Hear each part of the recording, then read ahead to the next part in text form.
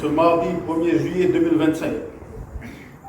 Nous voulons faire passer ce message au pays et à ceux qui commenceront les discussions demain sur l'avenir institutionnel du pays avec le président de la République. Car actuellement, ce sont toujours les institutions régies par la loi 1901 qui décident pour nous, peuple légitime.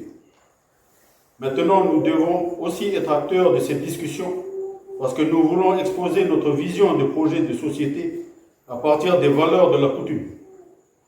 Depuis la mise en place des districts et des chefs administratifs par le gouverneur Guillen dans les années 1800 jusqu'à la mise en place du Sénat coutumier en 1999, en passant par la délibération de l'Assemblée territoriale en 1981 sur la création d'un conseil des grands chefs.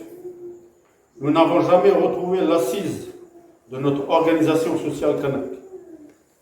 Depuis la mise en place de Inach des Kanaki en 2022 par les grands chefs eux-mêmes, c'est à partir de ce jour que Inach des Kanaki a commencé à travailler sur la vision autochtone et le projet de société qui a été acté et validé à l'Assemblée générale de Inach des Kanaki en février 2023 au Picochev à Kouchou.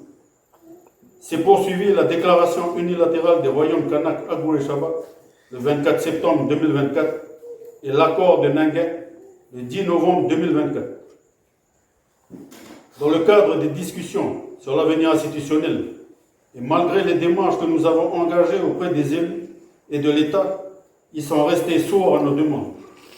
Face à ce constat, nous avons décidé de faire appliquer le droit international pour se faire entendre et faire valoir notre projet de société.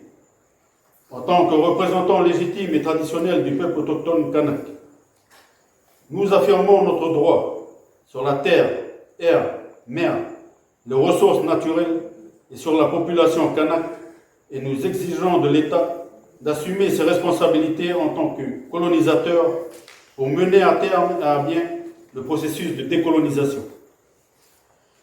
Nous avons appris que le pacte Nickel ainsi que le dégel du corps électoral seront de nouveau à l'ordre du jour des discussions à Paris.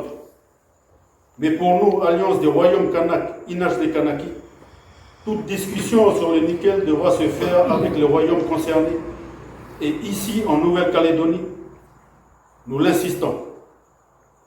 Nous refusons toute modification du corps électoral qui reste un outil néocolonialiste afin de nous rendre minoritaires. Nous appelons le peuple kanak, les autorités coutumières à rester mobilisés et vigilants durant cette période de discussion sur l'avenir du pays et de continuer à vous structurer, vous organiser en encourageant l'intronisation des souverains, la restructuration des royaumes et le respect de nos coutumes. Après des rencontres à l'international comme à l'ONU, en Bretagne, en Australie, au Vanuatu et plus tard le GID, groupe initiative de Bakou, nous continuerons à solliciter la solidarité internationale. Oui.